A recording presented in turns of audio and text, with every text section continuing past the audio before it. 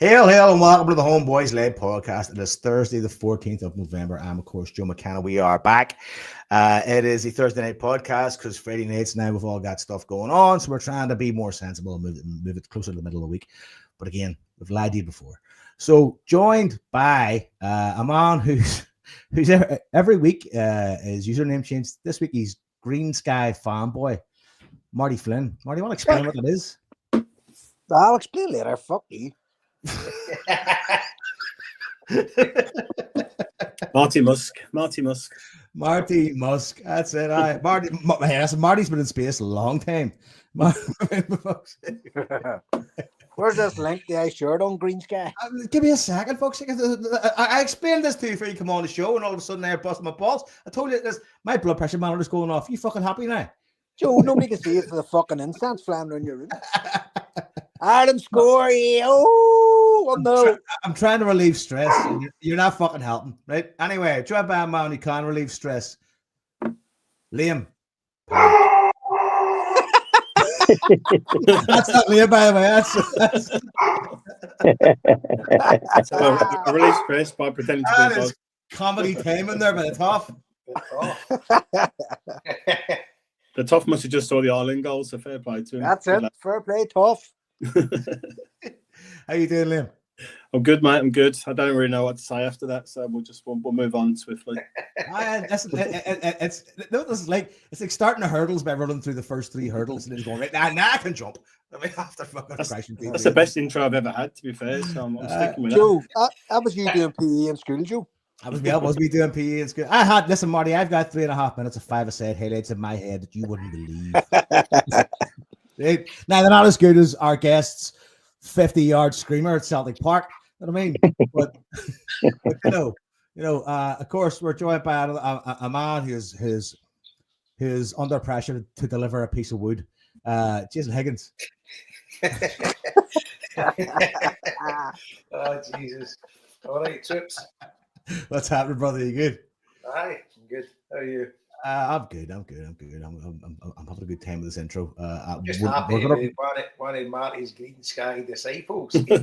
Absolutely, I don't know how much money Marty made out of the 940 people that he got to fucking join. Marty Koresh. There's a cult getting built here, by the way. We could build flames within the fortnight. The brunch and Jamesians. Okay. Marty Koresh.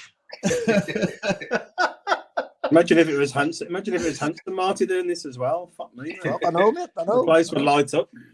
Oh, fuck's sake. Anyway, folks, we are joined by a guest who we want to get moving on the chat. We're joined by that's breath there. The one and only Joe Mackin from the Kano Foundation. Joe, can you hear us there?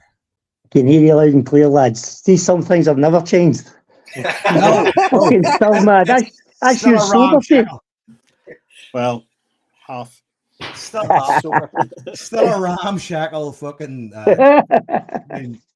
outfit of people who just, listen, God knows why anybody tunes in, but they do. People are fucking weird. So anyway, Joe, we have you on because the Kano Foundation announced that recently that there's a huge event happen next year, and there's a number of things to be talked about, I suppose, in terms of that. I want to get you started on it, and Liam's gonna kind of come in and talk to you about it while I do the technical stuff in the background. But can you give us a kind of lowdown, or even where this idea came from? Well, you used the word huge there. I must admit, I'm shitting myself. We have. For some mad reason, it took upon myself to book the armadillo, and all the mad bastards agreed with me. So we have now booked the armadillo for a night next April 26th, Saturday 26th of April. Fantastic. Basically, it's for 15th anniversary next year. So this will launch for 15th anniversary. How old does that make you feel? Oh, fucking hell. And I was the doctor on Tuesday. I felt old. Fuck me. You've just put the hammer in the fucking God's sake. So that's the basic of it. We've got 3,000 seats to sell out the armadillo. You sell that, boy. Nah, I can't know, Jason. That's a spirit, my man. You No, no problem at all. So, Joe, That's what I told. That's what I told you. That's what I told the rest of the committee. Now I'm shite myself because I need to sell them. I'm sure you got to go out and introduce the show, Joe. Sorry, Liam. I said, are you going to go out and introduce the show, or are you going to get Will Bryan? No, I'm hoping to get a big name compere to do it, but that's still to be decided. I've asked them yet. So give a wee rundown of, like, I don't know if you've got it finalised or whatever, but what kind of night is it going to be? It basically is. It's basically going to be a music night. We've got the Wakes, Liam McGranville. We've actually got a band for Belfast, Hot Whiskey Irish folk. Oh, fuck. Hot Whiskey's amazing. Sean McCurry, what a man. Sean, that's right. So I keep hearing, What a man. Fuck me. What a coup. Brilliant. I used to watch Sean during lockdown. So I did. In his back garden. Sean and his dad, Sean Moore. Great That's people. Right, aye. Gail's good jaw. Gail's good lure. So we've got a few names. We've got a lady, Emma Hale. Don't know if any of you have heard of her. She's a nice singer. She sits at the piano and that, sings away. Trying to get like a opera type singer. So try to get something a wee bit for everybody. We will obviously have a few Celtic tunes, but it won't all be all Celtic tunes. It'll be a variation of music, shall we say. We'll also have a host of former players. Try and get a few former players on stage, have a wee chat with them. So basically just a wee night to celebrate 15 years of the Kano. That's basically it. That's the whole idea behind it all. Brilliant. Well, that's some lineup. Well done, Joe. Jesus Christ. We were trying. I've been trying for months. I tried to get, you name it, I tried to get them. Lewis Capaldi's and guys like that, Paolo Nutini's, Saw Doctors. So I've been trying and busting my arse for months on it, but it's trying to get these people. Just, even when you get their contacts and their phone numbers, they fucking just ignore you, basically. Do you know what I mean? Who am I? So it has been hard, but we've got a line-up now, which I think is a healthy line-up. It will be a fucking great night, do you know what I mean? Yep. No, definitely. So Joe, obviously by the time you get to April, you'll have no doubt loads more milestones that the foundation's achieved. And obviously anyone that's listened to this podcast knows what you're all about. We've been promoting you well before my time. The guys have been promoting you forever and ever on here. And, you know, it's probably one of the proudest things all of us as Celtic fans stand behind, the Kano Foundation, all done by the support. You know, it's incredible. But just give us an update, Joe, in terms of, you know, where are you now in terms of season tickets and kids through the turnstiles and stuff? And, you know, what's the latest markers you guys have put down? That's a fantastic question, actually, because the next game is, is it Ross County? It's 18,000th kid. Wow. So our next game, we're through the 18,000th mark. And I think by the time March comes, I think it's the middle of March, will be 19,000 kids. So that's unbelievable. Our season ticket is still the same for 184. It's actually practically impossible to get anymore. We would buy more, but it needs to be in that square, that wee block that we've got. So it's been a bugbear for years and all with Celtic. It's like There's people actually sitting in our block of seats that have been there basically forever, maybe 20 people or something like that. But Celtic won't even let them to move them. The people have no intention of moving. So that's the only way we can get new seats is if people actually pay up their season ticket. You know what I mean? And Joe, it's hard with Celtic doing so well if people aren't getting up their season ticket. So it's hard for us to expand. Yeah, and Joe, we've tried to kind of articulate this before, but people might just think the kids turn up and they walk in the stadium and they go to the game and they go home. But obviously, it's way more what you and all the guys do. So just talk us through a typical match day so everyone understands the kind of effort and the commitment that's going on. Typical match day for us and the kids will start about 12 o'clock, 12:30. We meet in St Michael's Church Hall. We've got a woman that brings food in. She makes all the food up. She brings it in. We'll help her get all the food in. We set up all the tables. get the kids in, and every kid that turns up gets basically a 2-course meal. They'll get chips and burgers, and they'll get maybe sometimes a wee bit of ice cream. They'll have their juice and all that. Before they go to the game, they put on a bit of music. We've got a speaker and that, and sometimes it varies. Sometimes the Waynes just go up and sing. Sometimes the Waynes would request songs to sing, wee groups. They just have a ball before they even go to the game.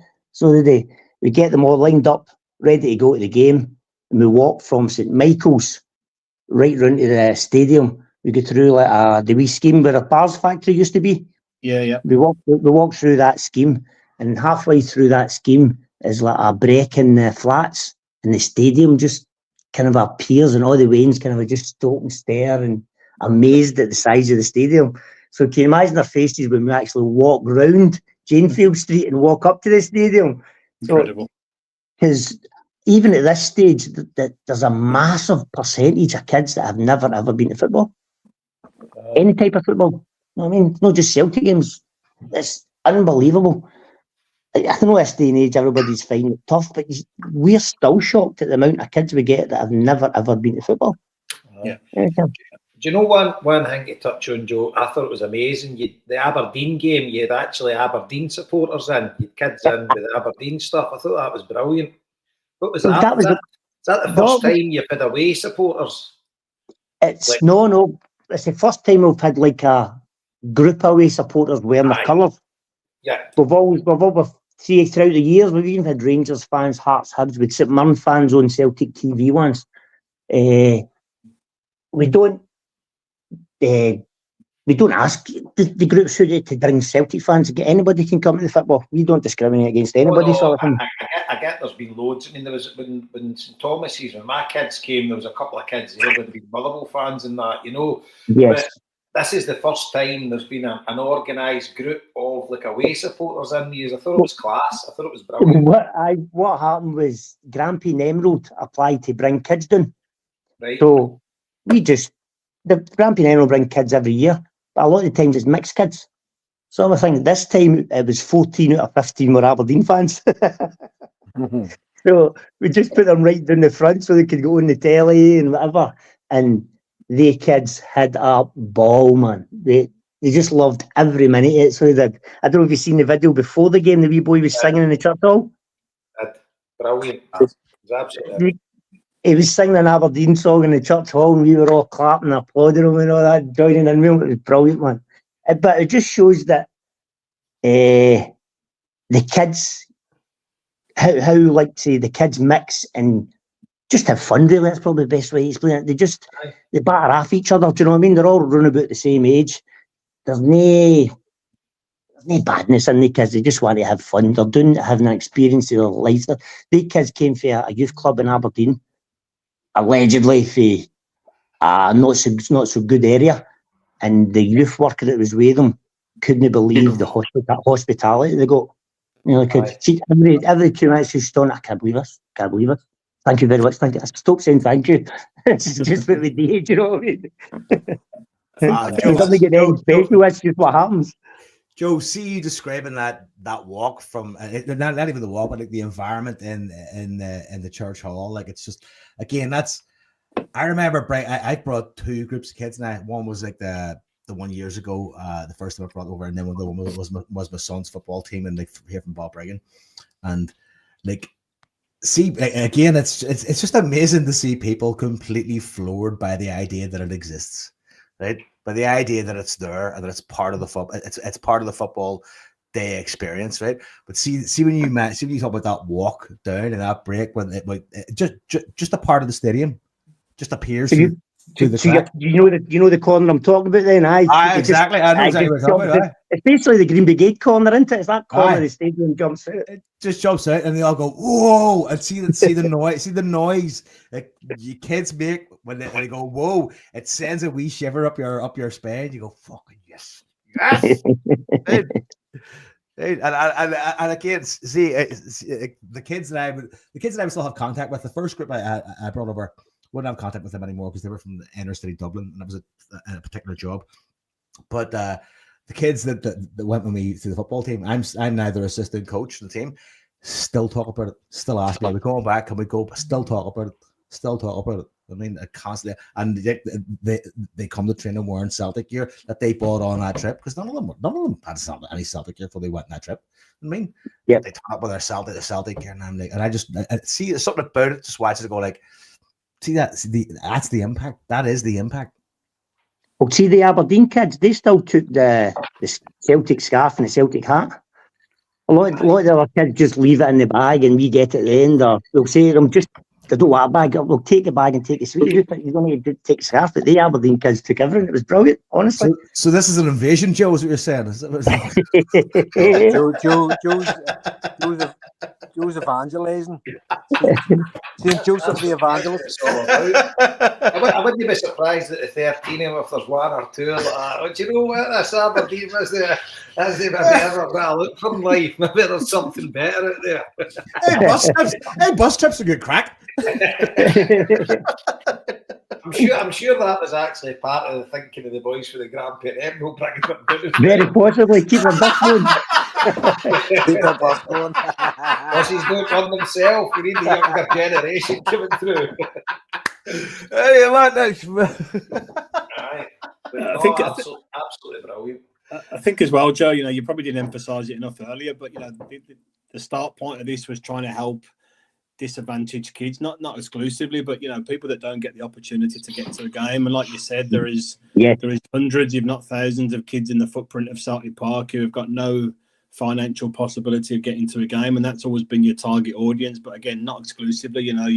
Everybody's welcome in. And I've heard, I've spoke to you, I've heard stories about kids turning up without a jacket, without a jumper in the middle of winter, and you've had to go out your own pocket and buy these kids a jacket or something. And that's the ethos of what you're trying to do here. You're trying to give kids an experience that they'll never get, any other way, which is incredible, really. You get middle of winter and kids turning up with Crocs and things like that, and it just breaks your heart. Do you know what I mean? So it does. So you can't show that. You just got to get them involved and just try and make them have the best time that they can. We're no perfect. We still miss out things or run about like maddies half an hour before the game, but it just seems to always click. It doesn't matter the hardships you've got all during the week or whatever. See, when you see the men's faces, it's all worth it. It's all worth the arguments. It's all worth the hassle, the running about. It's just worth it. Do you know what I mean? Yeah. And Joe, probably one of the things we don't really talk about in here, and you probably not mentioned, but obviously I'm going to say unfortunate enough to be at these every year when my kids were young, because I was always hungover. But like your Christmas parties that you run every year with, I don't know what the numbers were, 50, 70, 100. But it's about 150 kids now. Hang on, 120, 130, 40, 50. We moved to a hall in Clydebank. Right. Golden Friendships Hall in Clydebank. So that's a wee bit bigger. Right. Sort of thing. It's got kind of a separate hall for food and things like that where they make the food. It's got a big stage. I'm delighted to be out of them, thankfully now. But for the kids, I mean, it's absolutely incredible. It's everything's laid on for them: food, Santa, SpongeBob, all sorts, face painting, balloons, whatever else. Everything like that. They get selection boxes. You say Santa. They get a normal Celtic is a player. So the thing. So normally they get a big line of queue and get their autographs and things like that as well. Yeah. Fantastic. And these are the things probably people that are donating or considering donating or know little bits about the foundation but don't know exactly what goes on. And there's so many different things you're doing, which is it's just to be applauded all the time. It's really, really good work.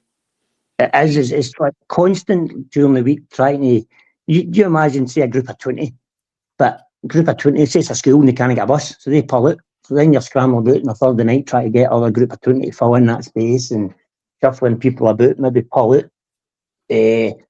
Another 10, give them another game so you can get a group of 30 in. Do you know what I mean? So it's just madness, or constant madness.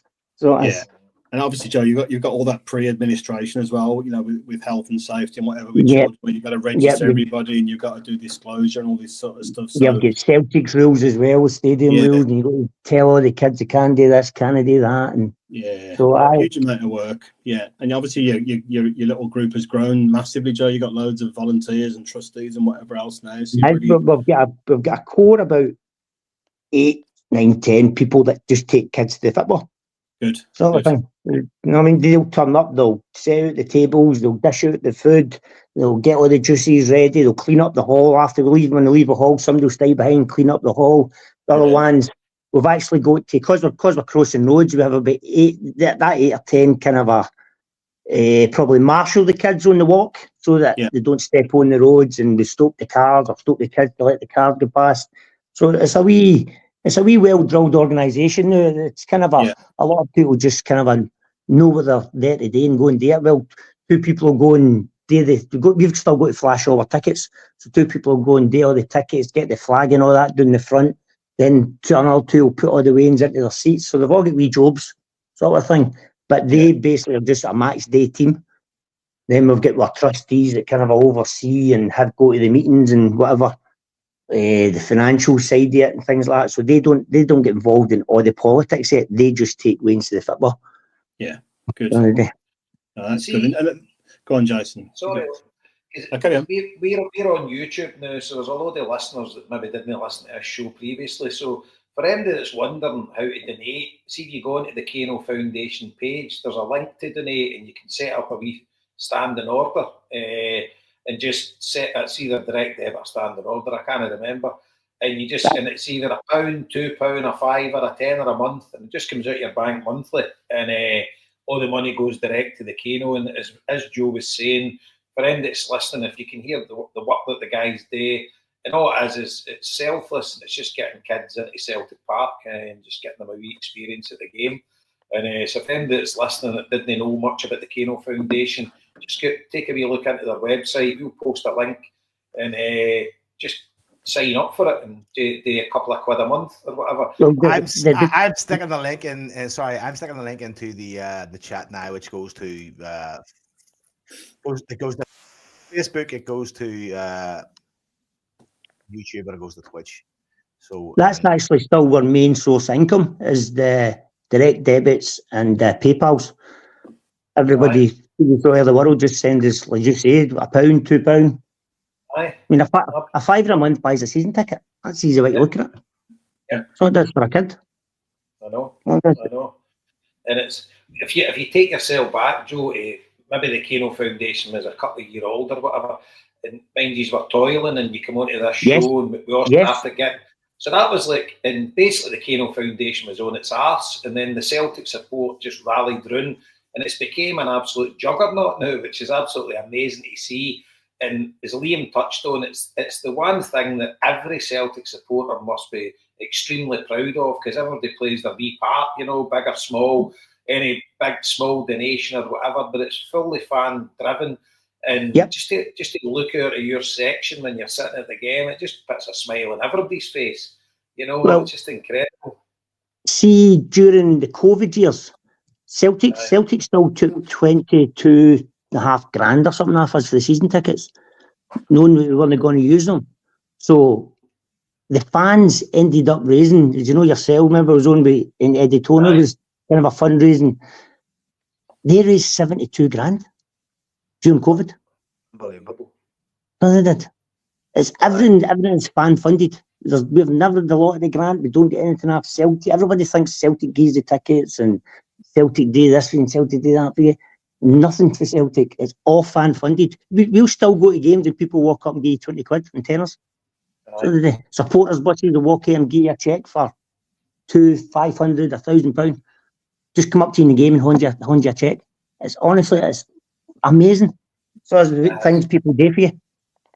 No, absolutely. And it's, do you know what? There's a bit in his glad that Celtic don't do anything, because your conscience is clear and you don't owe them anything. Do you know what I mean? Yeah. So it's you do your own thing, and that's it. That's always been our stance. See, because we buy the tickets, they can't really dictate to us where we go or what we do. You know what I mean? Because we're paying partners that buy tickets. We buy season tickets just like everybody else.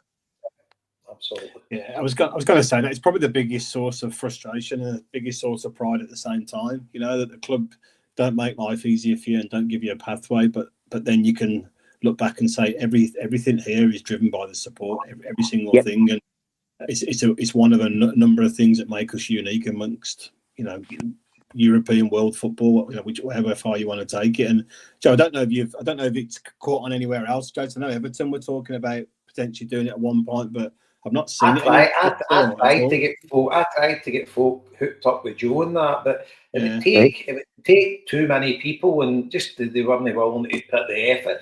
You know yourself, Joe, the amount of effort it is, and it was probably, God rest Martin Kane, right, and that was the catalyst with a few of his pals, etc., got together and wanted to do something for him, and then it just grew and it just morphed into this amazing thing, and you got buy-in for everybody. See clubs starting for a standing start, no having a trigger point or whatever for them to do it on their own.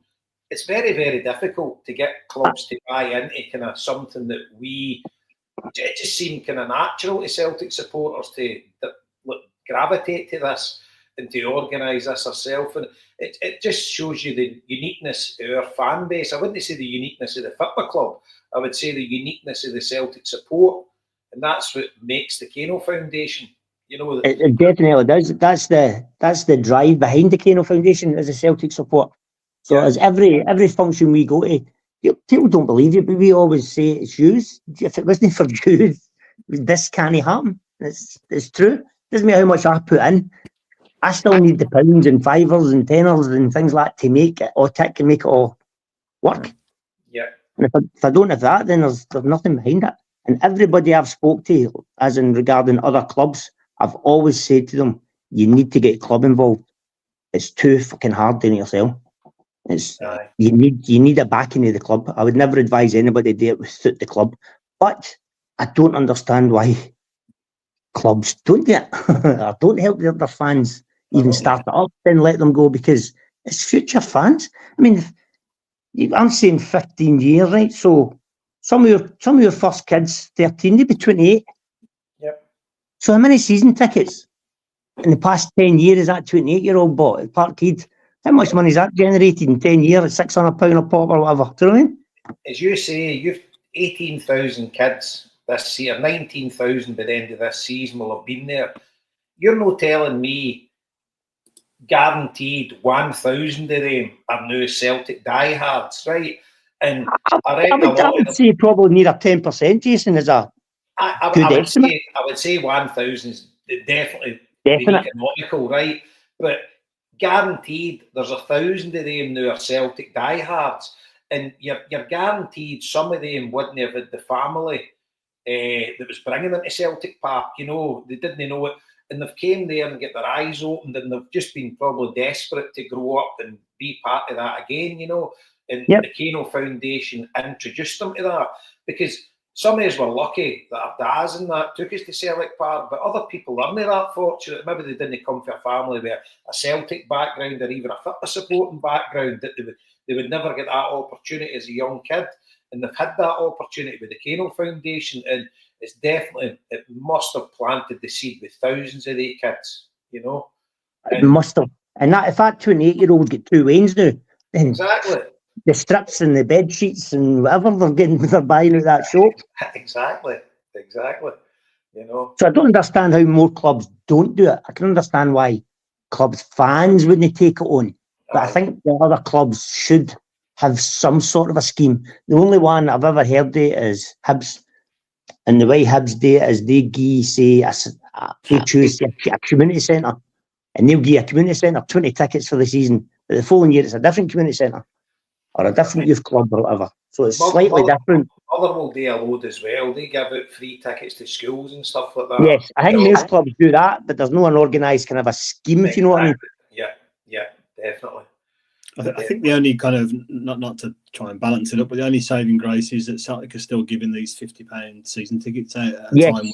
You can't fucking get a ticket for love nor money, you know. So I guess a little bit of credit from that regard, which is keeping you guys going, Joe. And, you know, I've had my kids ticket for years, and plenty of others have done the same as well. And, you know, we heard about Tottenham this summer cancelling no more concession tickets for AOPs, for example, you know what I mean, which is a fucking disgrace for the money they got down there. So as long as that's keeping you going and that stays on, that's going to help you a lot, obviously, moving forward. If we didn't have the £50 season tickets, it probably would tie up, because we just wouldn't be able to sustain it. Do you know what I mean? If you went for £50, you're having to pay £500. Even if I went to, even if I went to 150 for a kid's ticket or something, it'd still be a struggle for us. Do you know what I mean? Yeah, absolutely. Absolutely.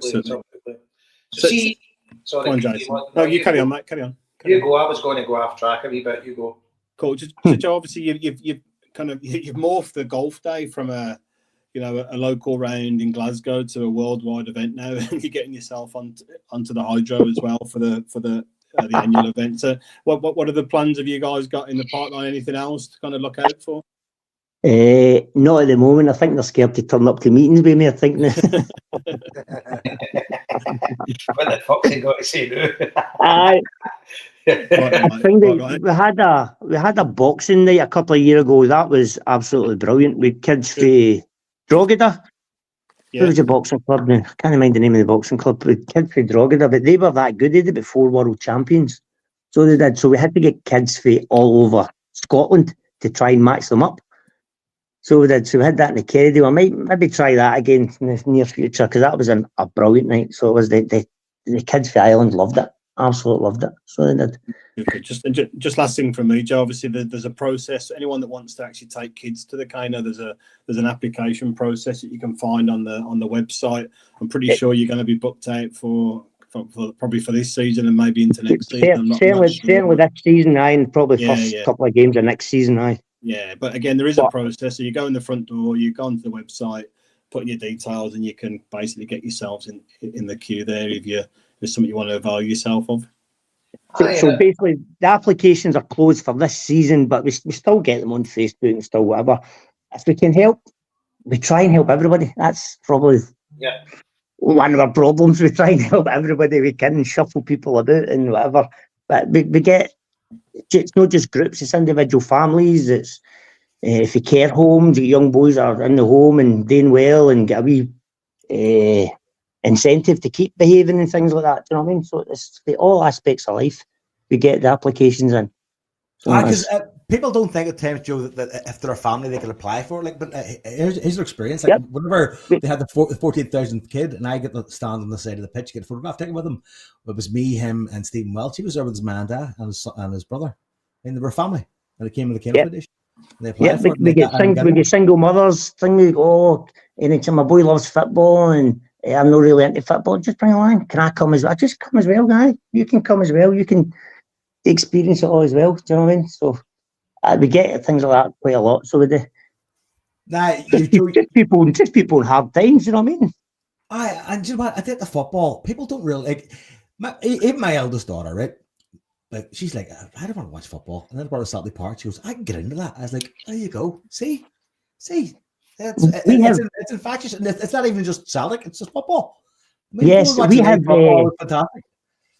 I think that Aberdeen game probably emphasised that because they had the Aberdeen kids in that front row loved football first and foremost. So they were wrapped up in that atmosphere. They weren't caring. They were sitting in the Celtic end. They were just having a ball. As soon as Aberdeen scored or got a corner, they were still cheering and whatever. Do you know what I mean? They were just at the football, as you say, Joe. Aye, and see kids that love football. See when they see like professional athletes standing right in front of them. There's something about that. Like you can just see. They see some brilliant. See in the first half, the best seats in the fucking park. The first half. That's normally all I want is a goal for the Wains. See if the Wains get a goal, I'm delighted. I don't care about the score. As long as the Wains get to cheer and see that ball hitting the net in front of them because it hooks them. The ball hits the net. That noise erupts around about them. That's them hooked. So that's 100%. That's 100% true.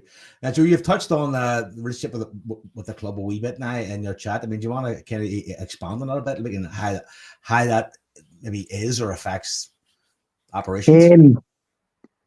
It probably affects operations massively because we kind of feel we're always on our own basically, but. See if I could fix it, Joe, I would fix it. But I've tried to fix it. People say, go and talk to this one, go and talk to that. I can't talk to any higher than the guy who's running the show. Do you know what I mean? If I could, I've been saying the same thing for years and years. If I could fix it, I'd fix it. I've tried to fix it. I've came away. I used to always talk to Celtic, the different people at Celtic, say, Law Wells and PR people and whatever. So I stepped away thinking it was maybe me, maybe my attitude, maybe they don't like me. A couple of other people started having meetings that way with them. But ended up we just stopped having meetings or didn't get in touch with them or just treated them just as bad as they treated me. Do you know what I mean? So I honestly don't know what it is with the club, how they don't develop this, how they, I've said for years, how they've not took office and do it themselves is unbelievable. Unbelievable. They must be able to do this bigger and better than us. With the contacts and the money they've got and the sponsors they've got. Do you know what I mean? I just don't understand it. And I suppose, like, I mean, some of us here know, like, was corporate and public sector sort of, you know, concepts and structures. Again, do we? So, you've worked in corporate. Going to help you. Worked in corporate. I've worked in public sector. Marty's worked in public sector. Some of us understand the kind of landscape and the ecosystem that can exist now, right?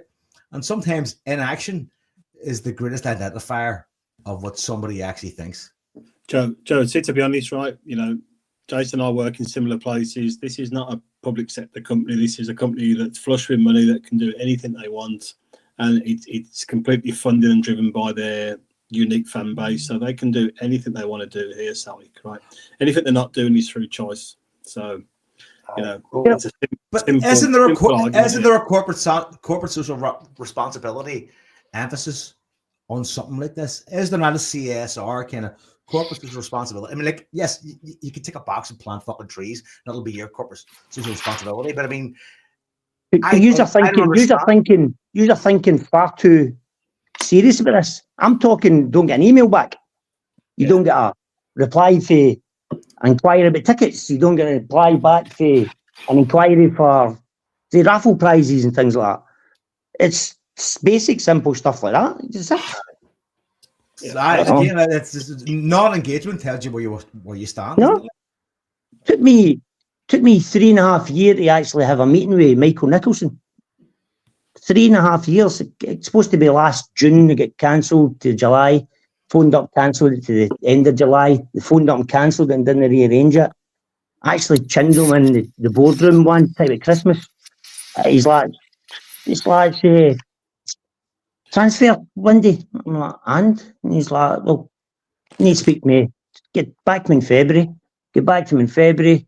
Got a meeting for March. Sat down. I go on great with him. Talked away. Put everything down in an email. We'll get it sorted. And the club still thinks of this. Club thinks of that. Send everything away in an email. Nothing back. So how do you work with that? How do you approach that? After 15 years, I can't get an email back. And see when you break it down, right? The Kano Foundation are one of the biggest supporters organisations that attend Celtic Park. Yeah, we probably get more tickets. Well, certainly more tickets in the Green Brigades and the boys and things like that. But the stuff they get done for them is fucking unbelievable. I mean, you're right, and you're talking about like supporters clubs. You'll have bigger supporters clubs out there, but they won't be taking 150 to every home game. No, do you know? And it's like, so I think there's one in Ireland. One in Ireland would run about the same number of tickets as us, but as you say, maybe they don't take them every week. Aye. And it's like the £50 ones. They might be £50 ones, but as we just said about that 28-year-old, he could have two wains now and spend a fucking fortune every Christmas in that shop. Aye, that's it. I know. So one thing I was going to ask you on a wee bit of a lighter note, right? You're doing the Armadillo. It's going to take a hell of a lot of organising, but people might not know you've got a heavy-duty director on your on the Kano Foundation, albeit he's a funeral director. Is he here? The blessed Kevin. Dr. Kevorkian. We actually used to have two funeral directors on the fucking board. Yeah, no, the thing is, Joe, them boys will be the last people to let you down. Because I was thinking earlier on, he came to mind that I'm like, 19,000 junk engineers will be here when you fill the stadium. I don't think so. I'm trying to work out how many years it'd be until we get 60-odd thousand through the door. I don't know. Nice. Going the rate we're going, it might not be that far. All right. So see the way it's going, you're probably getting that must be happening maybe about 3 to 4 times a season. You're hitting that 1,000. Yeah, sometimes it's 2, sometimes it's 3. Aye, so as we hit that 1,000 mark, sort of thing.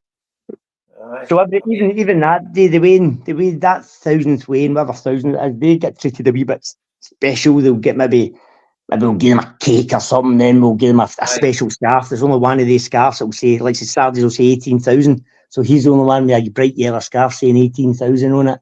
He'll get a voucher, 50 quid voucher for JD or something. Do you know what I mean? We try and make him a wee bit special sort of thing. And he'll get him and tell his school and his youth club and his mum and dad. And, you know what I mean? Brilliant. Superb, mate. So good.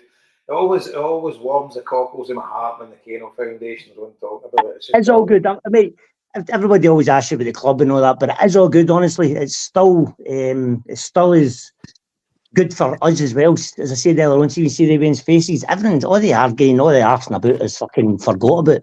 Seeing a Saturday, everybody just pitches in, teams up and does what we've got today. Aye, things go wrong, but 9 out of 10, the teachers and the lanes don't even know things have went wrong. Do you know what I mean? It's because somebody will just step up and think, well, that's not happening. They'll go and do it. Because we've been doing it so long, everybody just steps up to the mark and makes sure that everything goes well. Do you know we've got a new chairman? You were talking about a main man there, Jason. Do you know we've got a new chairman? Oh.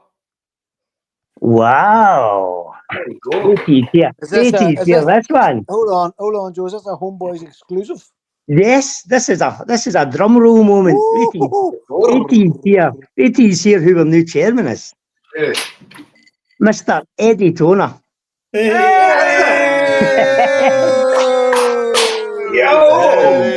Well, that's brilliant, mate. Really? So how can things go wrong now, eh? Hey, Toner's the chairman. Hey, by the way, the fucking kids will be going out and strike you.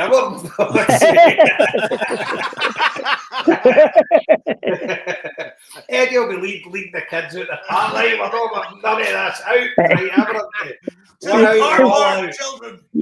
See if you see a mass exodus for the Kano section, you know what's happened.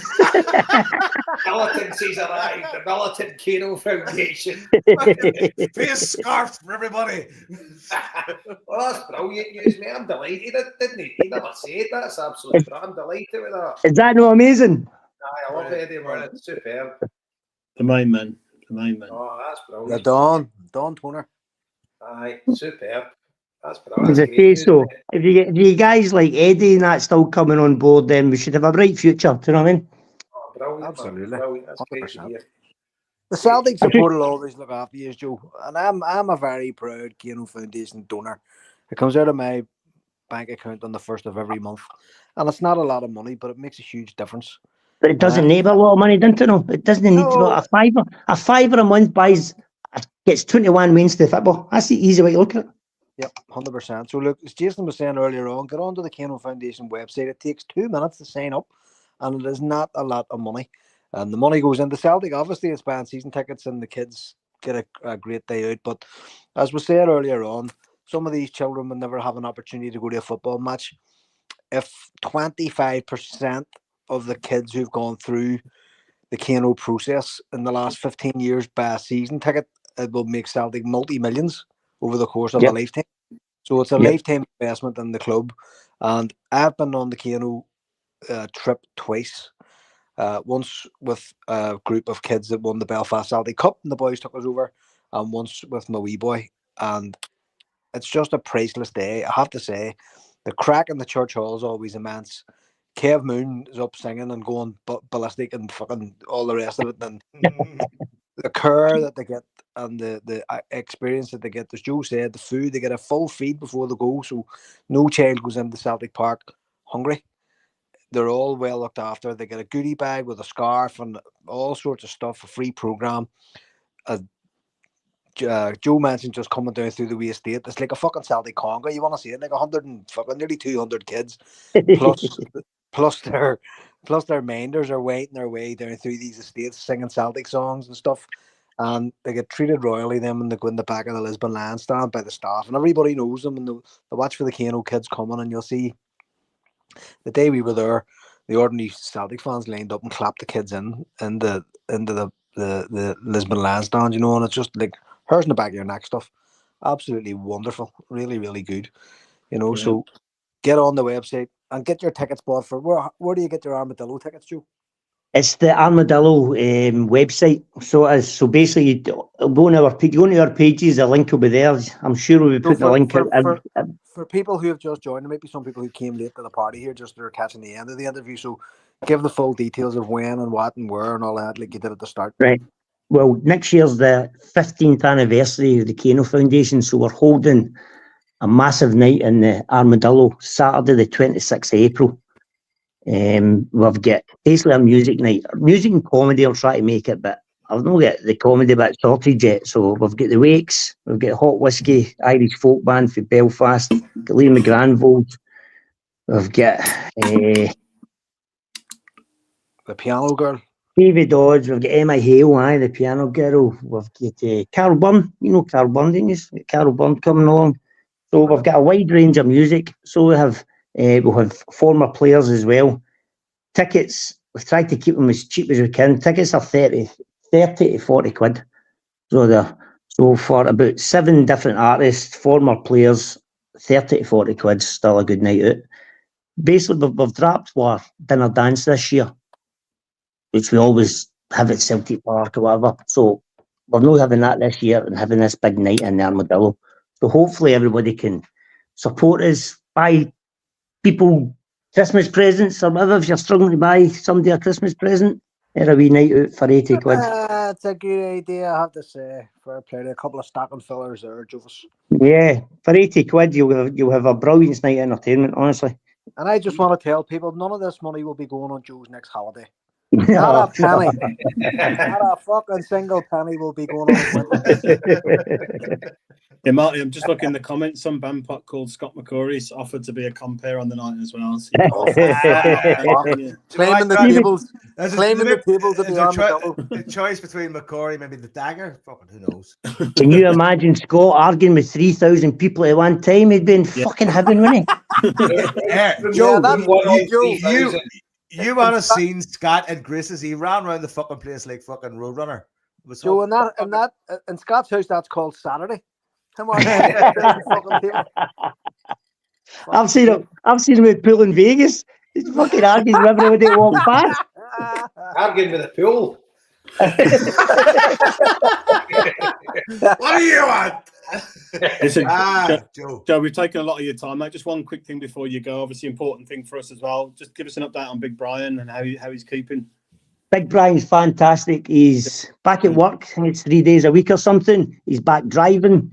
He's not too mobile. He still got his crutches, but he's fantastic. He's fantastic. Our wee pal Teresa, she's still in her wheelchair. Teresa had a wee thing in her brain, so she had to go and get that cut out and that. So for the past year or so, Teresa's been in a wheelchair.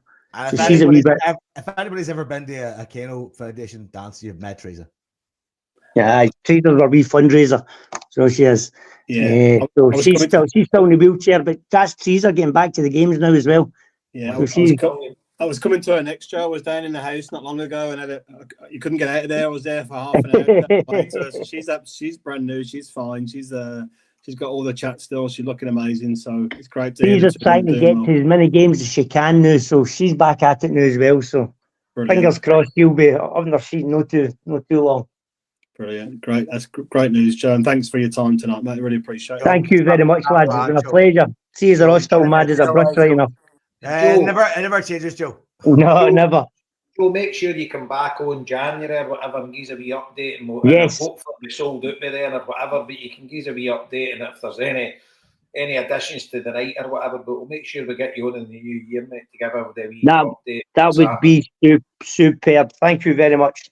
Brilliant, Joe. Top class, Joe, buddy. Take it easy, buddy. Right. Cheers. Thank you. Cheers, later. Bye-bye. You go, folks. Nearly an hour. Not a ball kicked. Actually, not a ball kicked. I feel sunburned. You feel sunburned from Joe Mackin tan? From his tan. Do you know what? My blood pressure monitor's going off because the man's so attractive. Damn! Kevin Gallagher saved the penalty. Go on, yeah, boy. What's the score? Still 1-0. Just Kevin Gallagher just saved the penalty. How's the 6-a-sides going? Well, Aberdeen and fucking Dundee United's on at the minute. It's 3-2. So I'll update you when the. Who was it? Who played? Did Rangers play? Have they played Celtic yet? No. I'm not sure. My TV went off there for a wee while. It's just come back on. So once the table comes up, I'll tell you where they are on the table. Because we drew with Dundee United and they got a goal scored that was they didn't hear that, and that ranking was going off his nut, and then they drew with that mob, and then I don't know what happened after that. We were probably on, I don't know. So Masters football has a weird appeal, doesn't it? Like, we're out. Scott just says we're out. We're out. Right. There we go. Hunter's tap. Come on, Ireland. There you go. Fucking France are drawing nothing each of that Israel mob. 74 minutes gone. Fucking hell. So where do we go from here then? That's we've only got one game to talk about. Do you want this? Do you want the raffle stuff? The raffle stuff, right enough, aye. We'll get to the football next time. Don't worry. And I think it was good to get Joe on. It's good to get an update on the Kano stuff. So I know it was a long chat, but that was good. Really good to hear from him. So so the raffle we launched a raffle. I think was it last week we were on again. We were on last time. It was last week, aye. Yes, we kind of talked it. So we're doing it this year. We've talked about the fact we've got a little bit of funds left from last year. So we'll add them to whatever we can manage to raise this year. We put together the Just Giving link at the start of the week. I think, Joe, you've sent it out on the socials. It's been out for a day or two. We've managed to get £420 through the door already, which is absolutely incredible, really. That's a massive start for us. So I think that's about 14 people who've donated, which averages about £30 a person, which is incredible. And look, £5, a pound off anyone is massive for us. So huge start for us. Thanks everyone for doing that. The Just Giving link is everywhere on our socials. If you're unsure, just give us a shout. We'll get that shared between you. We've tried to crib together our usual raffle prize list, and we know this is not the most important part of it. Thank fuck. Some of this list is true. Some of it's made up. Some of it will never appear. Right, so you can take for it. It's all down to good faith, really, isn't it? Yeah, it's just. I mean, listen, we've got about, I'd say, 10 prizes over the past few years that no one's ever picked up. Well, yeah, I have to say, I mean, in fairness, a lot of our listeners, donators, and winners are based overseas or based outside of Glasgow or Scotland. So a lot of prizes do get handed back in and not used. So some of this will sound familiar to you, but we'll give it a go anyway. And just I'll tell you one thing. Once more round the horn ratio. Hey, the Versace bag gets picked up every year. You can guarantee that one. Correct. Right. It is in the safe clutches of one man. Perfect segue. So we have hopefully not an orange Versace handbag this year from Handsome Marty.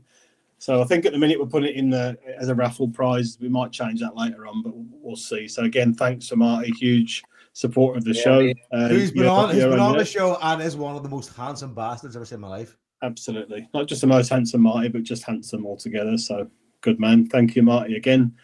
The second one for all our golf aficionados out there, Ryder Cup 2023 limited edition, Ailey Craig official bourbon from Joe's sister. Well, I'll say that in English, right? So it is a Elijah Craig smoked European barrel bourbon, right? So here's where I got this from, right? I was in Charlotte, North Carolina the other week. My sister, probably shouldn't say this, has a storage spot that I had to kind of go and help her with, and loads of kind of free gargles. So I was like, "Get that one there with the Ryder Cup." And she goes, "That's very rare." I said, "Exactly. Get that one. Let's signed by somebody." And I got it back home in a second case, and it's sitting here now in this thing. It comes in a wee box, and it's like a once-off fucking European smoked barrel bourbon that I was able to taste as well at a bourbon dinner that I went to across the lake from Ric Flair's house. Woo! Right? Woo! Right? And I swear to God, it is like it's like drinking tasty water. It's unbelievable. Who's saying the Jason? That's what I was going to say. Some guy was paced. You better check the value of that out then, because that could be another bonus ball thing we have to put on. I tell you, it's a fucking belter. I haven't opened it, but you know what? Tell you what, see if we can tell the back. Wayne. Getting tanned. Won't last long, huh? Fuck it. Okay, so that's prize number 2 as we stand just now. Marty, before I make a balls of it, you can describe PJ's donation for number 3. Yes, fair play to my old comrade PJ down there in Limerick. He has given us 2 Celtic cafes made in Nablus in Palestine. So the Celtic cafe was designed especially for Celtic fans. There's a whole explanation as to where it comes from, and all that comes with the cafe. So keep a wee eye out. I've sent Liam the pictures. You'll see them on our social media and all as we go, but they're absolutely beautiful. Kneecap were wearing them recently. They're green and white, and as I say, hand made on the looms in Nablus. We had been selling them, so I sold I don't know, I think I sold a couple of hundred just myself. Instead of offering the Palestinians charity, which is always, I suppose, very welcome, we took the decision not to do that. We took the decision to sell products that would be keeping people in jobs. So the guy who runs the factory in Nablus basically feeds half the town and keeps his staff members in employment at a time when their economy has been destroyed by Israel. So these 2 are given to us for complimentary, as part of the ballot. So as I say, they're absolutely beautiful. I was wearing one at Celtic Park a few weeks ago, and lots of people are coming over and asking me about them and that sort of thing. So the first and second batch is all sold out. These are the last 2 left.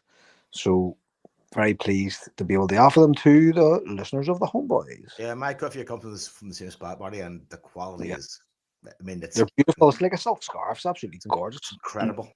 Brilliant. People, I went into the Celt bar on Talbot Street, and 2 girls behind the bar 2 sisters from Derry said, "Where'd you get that?" I said, "It came from a mate of mine." I said, "Fucking sent it to me." And she goes, "We've been trying to get our dad one of those for fucking years." That's what I'm saying. And these ones here, they're sold out now. So the next batch, there's been no other batch done since. So they're the last 2 of the batch. So we're very proud to be able to offer them up as prizes. Get your fucking tickets bought, lads. Brilliant. Thanks, Marty. That's obviously really important to us on the show. Are they going as separate prizes or together? No, we'll give one each. One each. Perfect. Okay, Joe, can you pop the link for the donation? I'm doing that right now. I mean, I'll put it in the hang there. Wait 1 second. You're right now, my balls. It sounds like you're drinking that bourbon, you fucking balloon. No, my mouse has gone mental. That sounds like euphemism, but it's not. Smoke raising from his mouse. Cool. Okay, so the next got the prizes. So good friend of the show, Bob, who runs the Social Recluse Paninaro shop in town. I can't remember the name of the street, down in the Trongate area. He's going to give us a Maradona frame print and a Celtic frame print as prizes. So super generous. Yeah, super generous from Bob. The guy does a lot of work, out in the communities as well, doing lots of really good things, which we'll share on a future show as well. So huge thanks to Bob for his donation. Next prize is 2 Club Celtic lounge tickets for the St Mirren game on Sunday, the 5th of January, from myself and Mick and Craig, our annual donation to the cause. So you'll be able to get in, come down, get into the lounge, get a programme, get a pint at half time, get a few pints of overpriced lager, cider, Guinness, whatever your choice of drink is. Free pie. Free pie, mate, for as many as you want. Joe's got free pie. 5 still, half time. Stack the fuck up is what I say. If you're very lucky, Jason might stagger past you and buy you a Guinness while you're in there. So Sunday the 5th of January, St Mirren, two tickets next to each other as a prize for people. Next prize, Joseph, your adult and child ticket in next to the boys for a game to be confirmed after Christmas. So whoever wins that, we'll try and do our best to accommodate you for a game. Jason's jumped off since I've suggested he might buy someone a pint of Guinness in the lane, so I'm not sure. He's fuck us. He won't buy you a pint, but he'll stay in your glass. He's going to claim non-receipt of this. Okay, so we're on to the next prize, prize 8. So a bottle of Bushmills Irish whiskey, which I donated last year, and somebody won last year, but nobody ever got around to telling me who it was or how to get it to them. So it's back in the pot this year. So if you won it last year, apologies. You might win it this year if you put some money into the donation again. I think I know who won it, but he just didn't want it. Yeah, exactly. So exactly. Good luck. You might win it again if you put a good enough donation in. Hey, Marty, I think it was Con.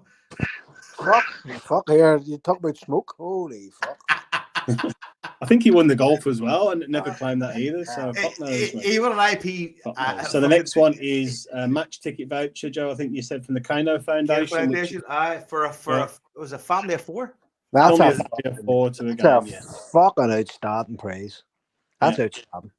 Yeah. So we've been eulogising. That's 2 adults, 2 kids. Not like fucking 2 adults, 4 kids. I mean. Yeah. So best of luck, anyone winning that.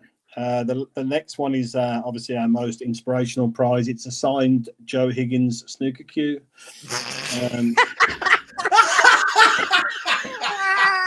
Next year it could be the signed. Do you know what? That's worth more than anything. I think on the hold on. At least we're being honest. You know what I mean? Fuck you. Next year it could be the signed Ellie or Rory Higgins cue. Signed by the key worker. Fuck shit. It'll be a David Harper saying baseball bat for fuck's sake next year. So as we know the Huns are coming. Well, John Higgins snooker cue is coming as well, so we can put them in the same. Exactly. As I've said before, we could build 2 sustainable homes out of the amount of fucking John Higgins cues we've given away over the past fucking 14 years doing this podcast. It's our elusive prize. One day someone will win it. One day. Okay, again, another massive supporter of the show, David McLaughlin, is putting on a Celtic tour for a family of 4. Is he doing it? Is he doing the tour? Well, no, he's also putting a booby prize in of the same prize, but he's going to do the tour for them. So, unfortunate if you win that one, obviously. But yeah, tour of 4, family of 4. You be 10 minutes behind the ones that win the first prize. No, the first. Hold on. No, the first prize is 2 hours with Davey, and the second prize is 4 hours with Davey.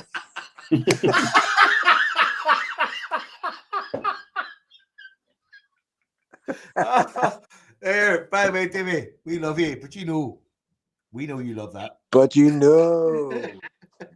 We do. We love all our prize sponsors and givers. So, thank you everyone for looking after us. Prize number 12 is a Club 67 lounge ticket for use at 2 different league games. So that's one of our comrades of the show, Lazio and Millwall's top by Adelante. So he's going to put his ticket forward for 2 separate games next year. Again, to be arranged once the prize has been won by somebody. The next one is still to be confirmed, but hoping that Dave and Siobhan, who supported us every year at the Admiral Woods on Waterloo Street, will be putting forward a £50 food and drinks voucher.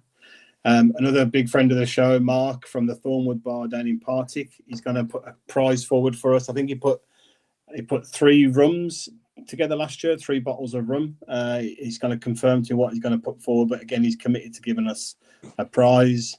And finally, as we stand just now, we've got 3 12-month subscriptions for the people who've got their own Fire Sticks for the IPTV from our favourite partner in that regard as well, Dell. So a massive start in terms of prizes already, a good start in terms of donations. So everything's looking good, and hopefully we can raise plenty of money.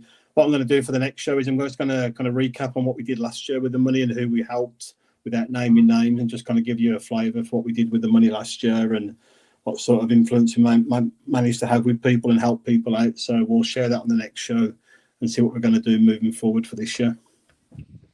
Yep. Get their money in, folks. Yep. Give us your money. Not like a Bob Geldof way. Give us your money so I can take some of it too.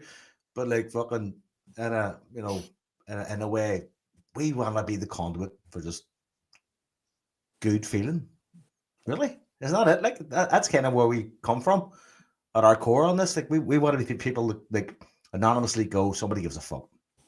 Somebody gives a fuck. That's like, that is it's a poor slogan to put on a t-shirt. You know what I mean? But it is like, the idea is like, somebody gives a fuck. I think, Joe, if you told 2 or 3 stories from last year's fundraising or the year before without naming names, I think it would go a long way to making people really pleased about where their money's going and what it's doing. And you've been close to it, Yeah. Marty's been close to it, Jason as well, and not me myself, but you could tell some stories without including the names, and it's incredible stuff that you've been able to do with that money. But that's all down to the listeners and what people have put in for us.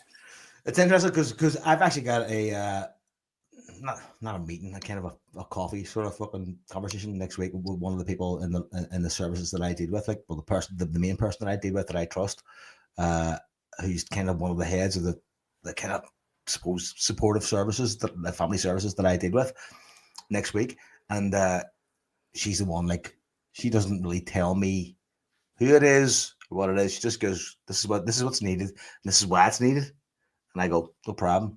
Because I know the depth of her work and who she is, I can get the feedback. Like I've had the feedback, and some of it's very, very positive. But again, there's a lot to these things. You know what I mean? And it's, you know what? Here's the thing people don't realize when we kind of do this is, like, we have to interface with a lot of very, I suppose, vulnerable people in situations that maybe some people who listen to this podcast probably couldn't comprehend, or, you know, or will ever have to face. So some of the stories we've got to kind of, I'm not saying poor us, but some of the stuff we can hear and speak about and engage with.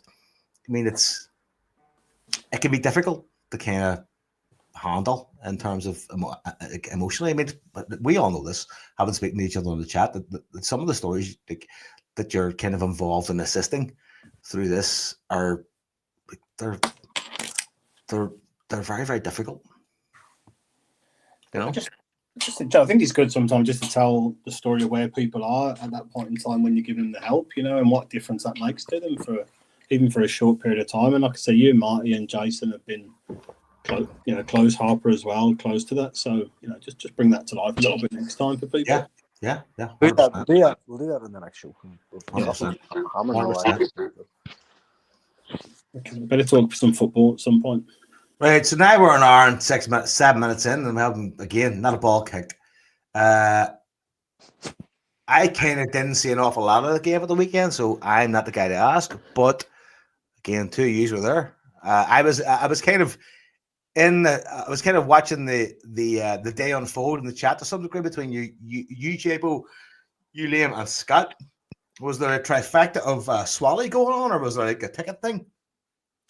I was pretty sober, mate. I was I just went down on the bus, took it easy. Jason had an early start. Scott, I didn't see Scott. Jason saw Scott. Jason, you back on again now? You hearing us? I'm back on. Yeah. I'm internet went peaked on. You had a much more exciting day than me, mate. Do you want to just give a bit of background? You start.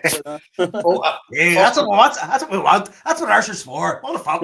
you and your super Wesleyan power. Fuck off. Exactly. So, first of all, a big massive shout out to the Irvine Celtic Supporters Club. What a club, man.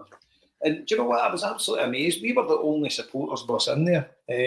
So we left at 10 a.m. We were in there for 11. And that was brilliant, man. What a club. It's beautiful inside. Massive.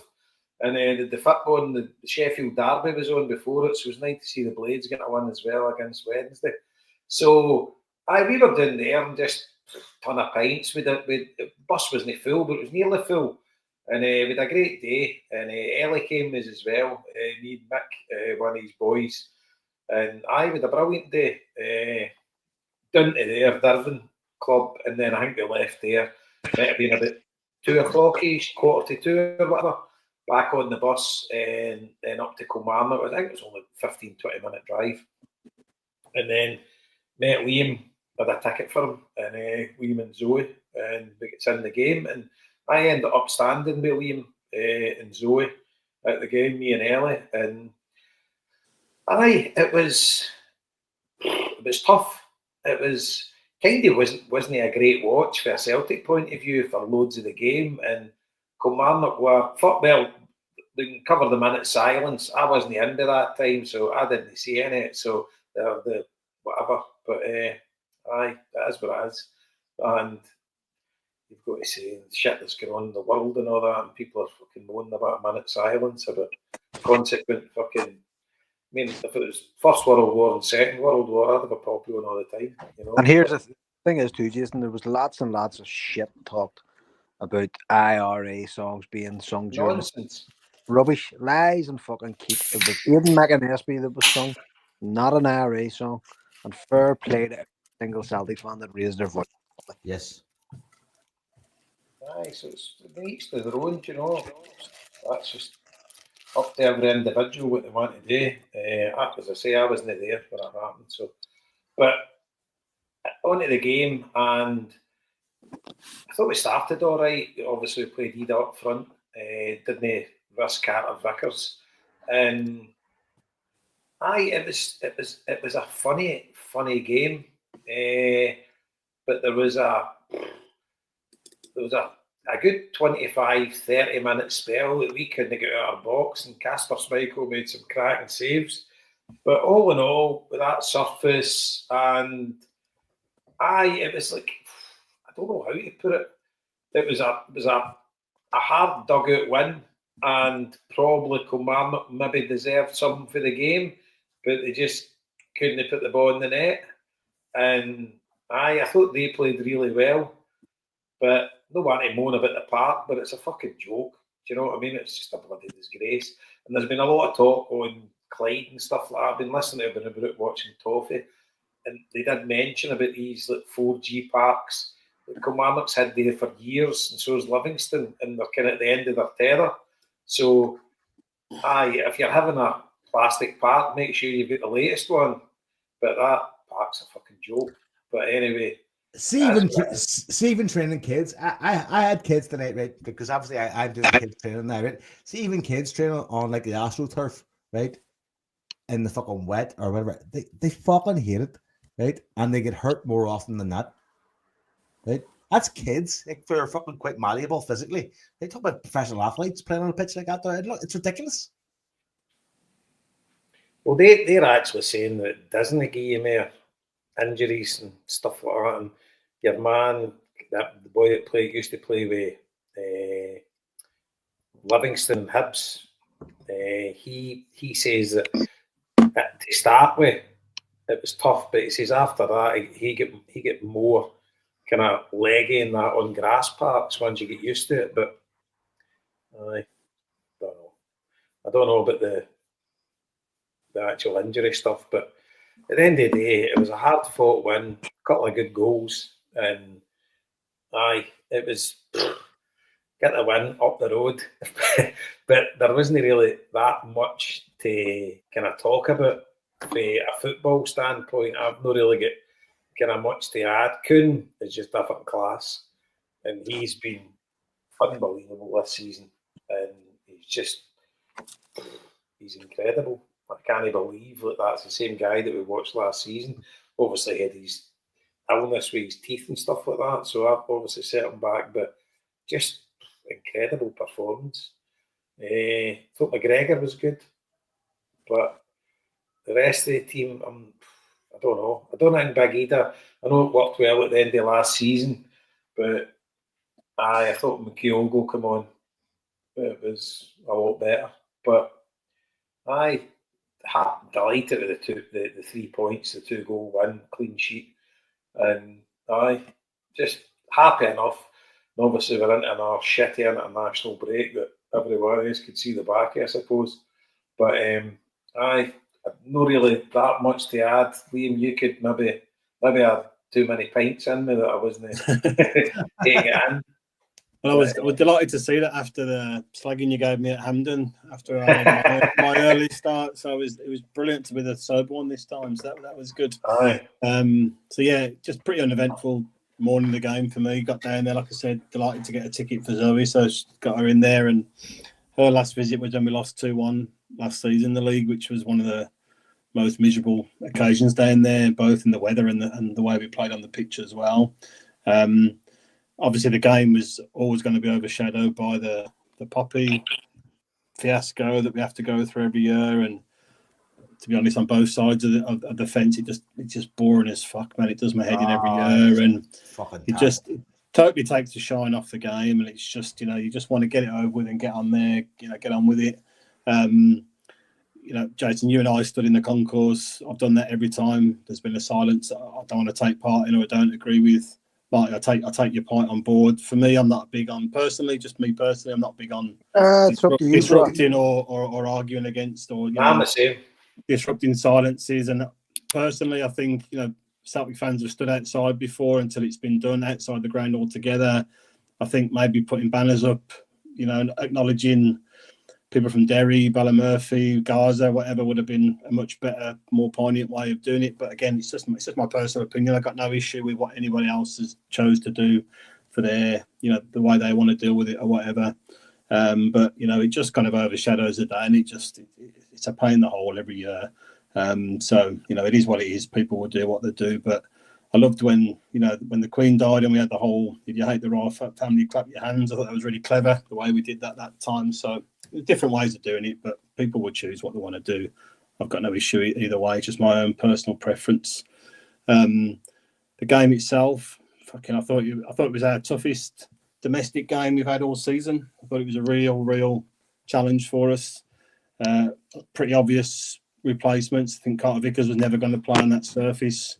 Adam Eder was probably always going to come in, especially based on how good he was in the title winning game last year. I thought he was really poor all game. Eder, he's not done too bad, but he's not really got anywhere near the levels of last year since he's come on permanently this year. But that might just be due to lack of opportunities, lack of game time. I'm not too sure, but he didn't really give us that kind of outball that we were looking for. And Kilmarnock I thought Kilmarnock were really good. I think I said on this show when I watched Kilmarnock beat Rangers a few weeks back, it's probably the worst game of professional football I've seen at that level before. It was atrocious. And Kilmarnock were as bad as Rangers that day, but managed to win the game. They were like 20 times better against us on Sunday. And physically, they gave us an absolute battering. But I think Celtic did themselves really proud. The fact they embraced that physical challenge and actually stood up to it and won that physical challenge, as well as gave themselves an opportunity to play their football on the day itself. So really sticky game. Celtic had some decent chances. Kilmarnock had some really big chances the first half that they should have put away, and then McGregor just puts that cross in. Either, given the fact that Eder's playing rather than Kyogo, probably creates the distraction in the defence for that goal that allows the ball to travel through. So that gives us a massive boost just before half time. And then again, second half, backs to the wall.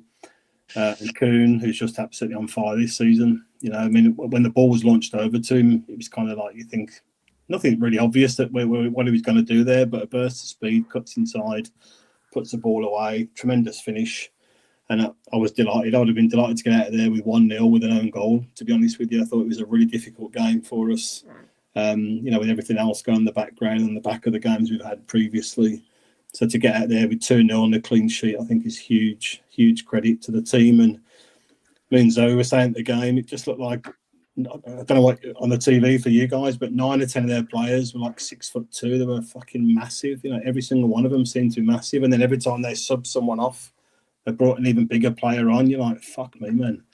How are you meant to deal with all this? But the team were exceptional from the physical perspective in terms of what they did. And I thought Kasper Schmeichel gave the sort of performance I've been talking about all season. I think Joe Hart was amazing for us, but Schmeichel's another level above in terms of his agility, his use of the ball, the way he was just chipping it into Kyogo second half when they went man for man with us, that they've done many, many times before and caused us big problems. So I thought the team did really well to stand up to it. And, apart from really Dortmund and the second half against Aberdeen, it's been an absolutely exceptional start to the season right up until this international break. So absolutely buzzing at the end of the game to get through and get out with that win. And we got a lot of tricky fixtures coming up as well up until Christmas. So hopefully the most of the players get a break and we can just go again once we're back away to Hearts on the Saturday night, which will be even as bad as they are just now, will be a difficult game for us. Yeah, totally. Aye. Wouldn't disagree with it. I didn't think either was up too much myself, but it was, Kuhn, different class, and I did think when Kyogo come on, it gave us a lot more balance. I thought we finished the game okay, but there was that spell, half an hour, we were just fucking all over the place. They were just absolutely battering us. But we stood up to it. They didn't get a goal, come back with a clean sheet, but I'd agree with that. Definitely have this game that we've had this season, without a doubt. I thought so. I mean, I know Aberdeen drew with us, but I didn't think Aberdeen played that great that day. Right? No. They scored one really good goal and one fortuitous goal, but they didn't really dominate us massively. But you know, that obviously they went 3-2 up, but it was a handball. It was offside or whatever. But they did play well, but that was much more difficult that game. I mean, we were kind of hanging on at bits there, and fair play to them, you know, but it wasn't enough to get the job done, and that's what it's all about. And can't complain. You know, after the back of two of the best performances I've ever seen in a Celtic team, you know, and then you'll take that all day long. And then we get back to the pub and watch the last fucking 25, half an hour of the Dirty Dozen. Fuck's sake, man. They couldn't get out there in half. Hearts were penning them in. Fucking corner after corner after. You know, I was like, what's going on here at home? But they don't look up too much. But a great day. I had a brilliant day. Aim for a roast dinner, and then all good. Just looking forward to coming back again. Absolutely. And Joe, Marty, what was the view on the TV? What was the crack? I thought it was a tough enough game. Do you know what I mean? I always say, like, we're not duty bound to win any of these games. We have to work for them, and we have to, put the effort in and stuff. And there's always that hangover from the Champions League. Like, think about it. Like, after that match, the players mustn't have slept. Do you know what I mean? They're probably not getting home maybe 2 a.m. and whatever else. So there's always like a fucking sort of an old lingering hangover after those matches. So it's one of the worst grounds for us to go to. We lost there twice last year. You know, I never really thought at any stage we were on our uppers, if you know what I mean. I always thought we'd be all right, and so it proves, you know. So, nobody really played well, but you can't really say anybody was a fucking disaster either, can you? Like, there was no real, awful performances. It was just one of those games. They're the ones totally forgettable. Like, nobody will not be sitting analysing this game in the fucking future. But I'll tell you what, they're the fucking games that win you leagues. The ones that you get the fucking work done and you go home. You know, and we're getting into the international break here. We're ready. You know, we've had such a serious run of matches, and we'll have another serious run of matches coming. And we're all already starting to get kind of drip feed in from the transfer window about players that we're looking at and stuff. So I'm hoping that I know there's a bullshit festival in the transfer window, but actually I'm hoping that the transfer window keeps players on their toes when they come back from the international break, because everybody's pumping, and if we're going to be adding to the squad, then you want that to be a marker to say you need to fucking keep this up to keep your place, you know, to keep the competitive edge in the squad. So look, it is what it is. It's done and dusted. Move on, you know, and go by. And the rage of Derek McGuinness after was pretty nice. That was really the champagne, wasn't it? Okay, see the game. The game was like, do you ever have one of them shitty Wednesdays? You're like going like, fuck this place, this is fucking grim. I just gotta get through this. I just gotta get through this. Daniel Bedingfield Wednesdays. Pretty nice. The worst of it. And then get to Thursday, be all right. That's what it felt like. It felt like a fucking beige Wednesday. You go like this. Some of our fans as well too, like, give McGuinness a bye ball. He's good. Fuck him. Well, exactly. And whenever the Donald Finlay trial happened, remember that the reports were come out of the court that Derek McGuinness was one of the ones who was singing anti-Catholic songs in the dressing room of the Ibrox, you know. Just that boyness. That's all it was. That's, you know what I mean? So he's on there screaming and fucking shouting about our fans, and Celtic fans even dictate the minute saying it's no. Get my fucking headpiece, will you? Your team, put your team out to win. They're dirty bastards as well. Absolute fucking. There was some hatchet incidents. Marty, go and say that again. I just love how Belfast folks say dirty bastards. Listen, what Derek McGuinness put on the pitch was an absolute shower of dirty bastards. That's what they were. Dirty batting rastards. Every fucking one. But do you know what I mean? I have no problem with physical football, but you know, if it's physical, like we saw with the women's team last night, you know, you saw how physical Chelsea were, but they were playing football with it. Do you know what I mean? But see, just going out the boot and foul, and you know what I mean. It rarely works. You know, it's a Scottish trait, but it rarely works. Usually, the team that's playing football wins anyway. You know, and as I say, we weren't playing at our best. It's on that shitty pitch. Key players missing, like Carter Vickers. You know, and you know, at no stage were we kind of setting the heather on fire at all. But at no stage either we are going, oh well, this is going to end up in the fucking calamity here. It was just sort of a business like day, and everybody got through it. Nobody really came through it kind of unscathed, and that's really all you're looking for. Do you know what, Marty? Like, his team are a disgrace to watch, right? They're hacking bastards, right? And it's all physical with them, and we know what he is, and we know who he is, but he gives it them plenty as well, right? He's beat them plenty of times as well, so I don't mind him too much. Do you know what I mean? I think he gets stuck in against both of them, and he's given them a sore nose plenty of times. You know, most recently a few weeks ago. Thing is, though, but we're on a different level from them, though. You know what I mean? It's like, you know, it's like a zero sum nearly.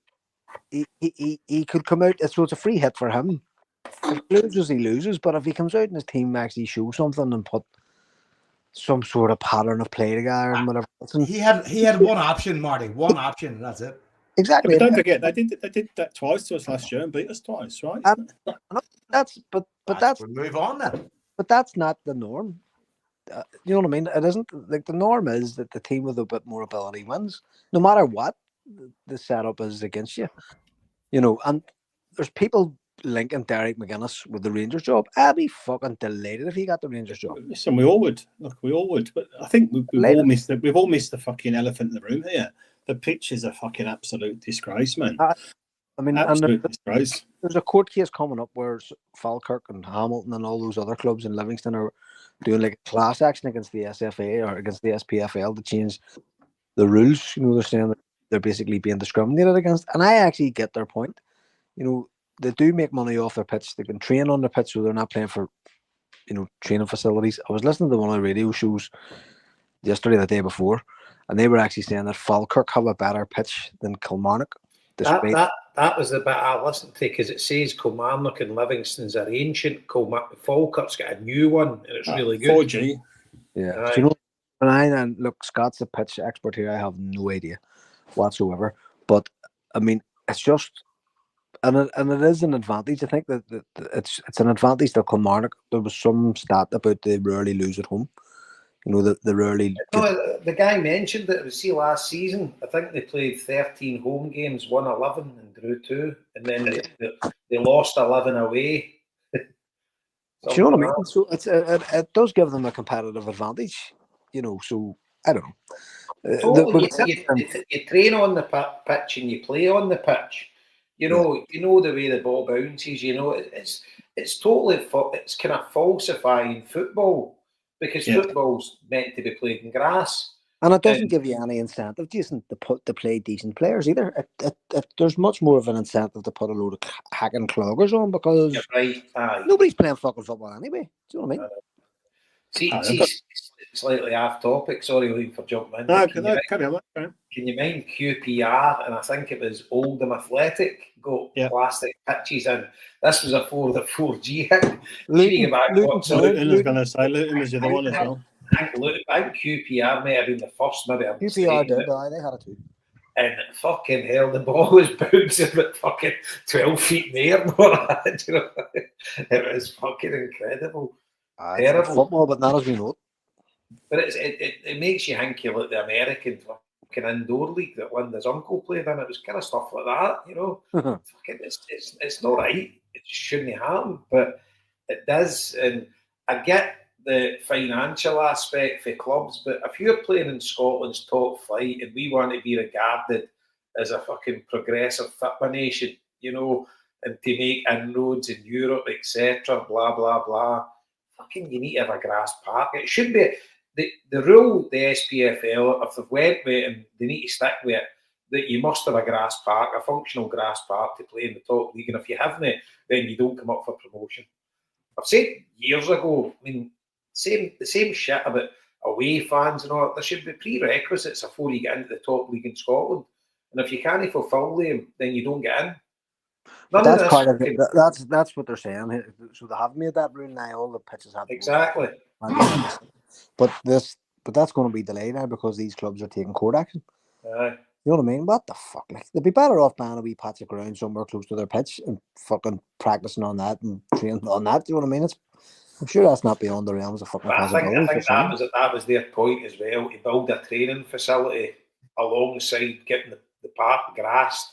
You know, would cost a fortune to these clubs. But here's the thing, Jason. Hibs have done it.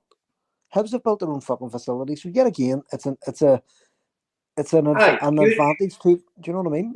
You do things right, and you're getting penalised. Do you know what I mean? Because and see the other point, right? They built fucking offices. They'd a stand there that us and that mob would fill it fucking 4 times a season if they get into the top 6. That would pay for the fucking park. Yep. Do you know what I mean? These clubs choose to have half-empty stadiums. These clubs choose.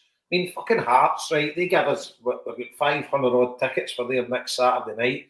They train at fucking. I think they had to buy it off it. They train at Edinburgh University. See, I was listening to some podcast that they actually had to buy it off Edinburgh University, but they didn't have their own training park. You know, they were training in a fucking university campus. And that's what I'd be saying. Do you know what I'd be saying? Listen, you can take your fucking court cases all you want, but bottom line is, we should sue you. Aye. And we should sue these other clubs who are making fortunes on their fucking training ground because we play by the rules and you fucking didn't. Aye. The clubs, they're Motherwell. Fucking, they're not a rich club. They've got a perfectly good grass park. You know, and it's no fair to clubs like that when you've got other clubs that's playing with plastic parks that's fucking creaming it and training on it, and you know, everything there, renting it out and whatever they're doing, fucking playing 5-a-sides on it and stuff like that during the week, you know, whatever they're doing. But it's not right. If you're playing in top league football, you should not be allowed to play in fucking plastic parks. It just isn't right. And if you can't afford it, then fucking get out of the kitchen. No arguments there, dude. Is it correct they've delayed it for a season as well? Did I read that somewhere? This is my point, because they're taking a court case, it's going to be knocked back another year to allow the court case go through the courts. Do you know what I mean? So that means if Kilmarnock don't get relegated, you have another load of matches on that fucking same pitch now for 2 seasons. And the thing is, obviously, the end of last season, we proved we can play fucking top football on it, you know. But that's the only game I can remember we've played really well there since Neil Lennon's first title win. I don't even know where it was plastic then. I think it was. I know it was. It's been plastic for years. Yeah. And you go to Livingston as well. We've played a handful of good games there. Get lucky, you know. Just we don't play well in these parks, you know. No. You know, and then you've got your best defender that you're resting him because you don't want to risk him on that surface, you know. So you're going there, resting probably the most important player in your team, you know, because you don't want to risk him for injuries, etc. But it's just wrong in all fucking levels, and it's laughable that you want to be looked at as a top football nation and you're fucking running about plastic parks. And I can understand teams in the north of Norway that's fucking nearly the Arctic Circle and stuff like that. I mean, you get that. It's probably the only way they can play football. But weather-wise, here, I get the weather's shit in Scotland, but you can still play in grass parks, you know. That's it. So anything else? The international break's on, so... Well, there was something. Well, now we've covered the gardening section. Fucking, what else is left? Well, I think this one. Fucking Percy Thrower segment. Right? We should introduce that, Joe, every week, the Percy Thrower segment. Get the Beach Grove Garden fucking theme tune. How's the firm, Percy? This week, Joe Mackin, next week, Dermot Gavin. HomeBhoys community garden. This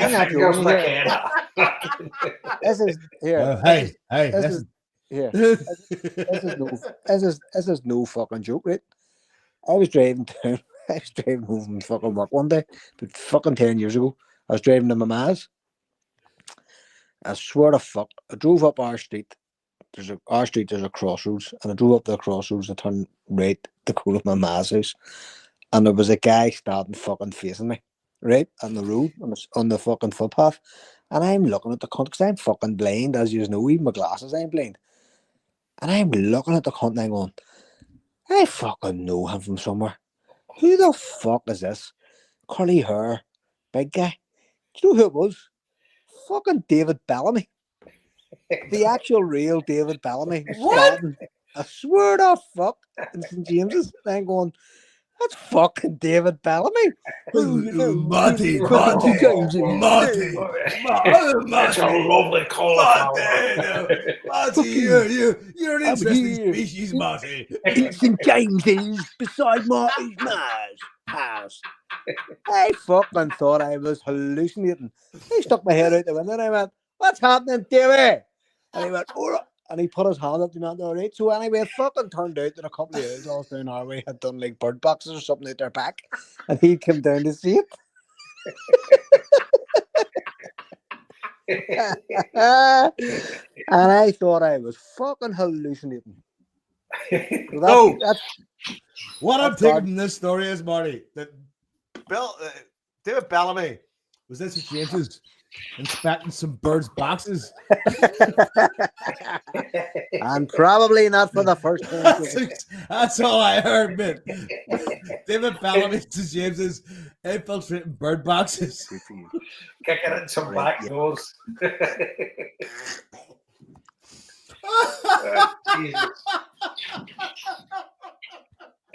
Folks, you know what? We should fucking wrap it. Fuck that. It doesn't get better than that, does it? Like, fuck me. Oh, no, I think there's something we need to discuss. Obviously, we've kind of. What is it? The Zionist media for last week.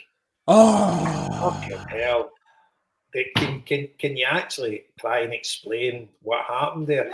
I don't know. I'll need to share it. But Al Jazeera's done a podcast on it. I listened to it last night, and there was a Jewish guy from Amsterdam on it as well, and it was brilliant. You know, they just ripped it to shreds, and you were just struggling to fucking see what you were watching and see what you were reading, and just absolutely incredible. A gang of fucking Israeli football hooligans descend on Amsterdam, cause havoc, and the next thing it's fucking reported across the world with Joe Biden and all that, sending messages about anti-Semitism in the streets of Amsterdam that needs to be fucking outed. You're like, what the fuck are they talking about? They've went there and ripped down Palestinian flags, attacked taxi drivers, attacked local Arabs, and then wonder why they get a fucking backlash. They're fucking animals. But Jason, what you've explained there is the logical mind. The pragmatic and practical mind of a person that would see what happened and hear about what happened and think, well, that makes sense. If you turn up in a fucking foreign city as a football hooligan and do football hooligan things, you're going to get huckled by other football hooligans or fucking generally people who you try to attack, because that's how reciprocal violence works in regular day-to-day life, right? Do you know what the funny thing is too? See if you saw like some of those hooligan sites and all, the Facebook pages have put up, no, this is what happened, blah blah blah. They were absolutely fucking scalding on it. Every hooligan group was going, they're fucking pussies, crying in the streets, shouting free Palestine. They were slaughtered. So Maccabi Tel Aviv now can never go. Like their fucking status as hooligans is now finished. They were just fucking being pilloried by every single. I know, Marty, but I think the point Jason's making is like, how the fuck can you stake that as an anti-Semitic fucking spear in the ground, going like, here's another reason why the fucking Jews are allowed to fucking kill a Palestinian. That's essentially what it was. Essentially, it was like, going like, here, by the way, this is happening as well, and they go like, no, but it's not. But it's not happening, and we know it's not happening. But here's the thing: when it goes around the world in the news cycle, it goes around the world in the media cycle. It doesn't matter what we know, what we think. It matters how it's portrayed. And again, the further and further around it goes in the candy cotton fucking sphere of media, the thinner the fucking truth gets. And that's I think it just shows the influence in the media that Israel's got, but in a negative way. Do you know what I mean? Because that story's gone from A to Z in hours, And the further it gets, the more laughable it becomes. Do you know what I mean? And all these prominent people are willing to stand behind it and promote it. And you're like, fucking hell, it's got holes like a sieve all the way through it. Do you know what I mean? So I think it's a good way of fucking showing up the level of support they've got, irrespective of the truth. And then you see what it is for what it is when it's complete bullshit that's out there. Aye, Israel sending 2 planes over to evacuate their citizens and all that. What bullshit. Fucking absolutely nothing like that happened. And I mean, excuse me, BBC, I listened to when I'm out of the park with the dog, the BBC World News podcast. They had 15 minutes on it at the start, the headline of their show, 15 minutes on about the disgraceful treatment of Israeli citizens in Amsterdam and how horrific it was, interviewing people. The full works, they went overboard on it. I know, but that's my point, Jason. But nobody's banning it anymore. Marty, see the next podcast or subsequent podcast since then, not a mention of it. No any retraction, no any. We might have got that a bit mixed up. Other news has come out since that it just went silent and just nothing. And it's never been known that you have a headline news on the podcast where the next one they don't actually make a mention it and give a wee follow-up story. There was just nothing. It was just cut for the news. Because people saw the truth. This is the problem. Oh, but I think it goes out to Liam's point. The stranglehold they have over the media, yes, is frightening. But that's my point. But it's backfired, Jason. I think this time that's what he's trying to say. It's backfired on them because it's been shown to be a sham. People were watching on social media in real time what the fucking animals were doing. So that's why the media blitz didn't work. You know, Netanyahu sending fucking airplanes. No, he didn't send any airplanes. So everybody, that's why everybody was like, we better drop this fucking story here because it's going nowhere. So it was like grand opening, grand closing. You know what I mean? It was a perfect example of Chinese whispers, right? It fucking went all the way up the chain there. Complete bullshit story. Sky changed their story 5 times in terms of what they'd actually put on their newsreel. So in a negative, perverse way, I think it was actually a good thing that it went all the way up there and it was shown to be complete ridicule. Messages to fucking Joe Biden. I know, but this is the thing, Jason. Their strategy, the entire Zionist strategy, is about making people feel frightened abroad so that they move to Israel.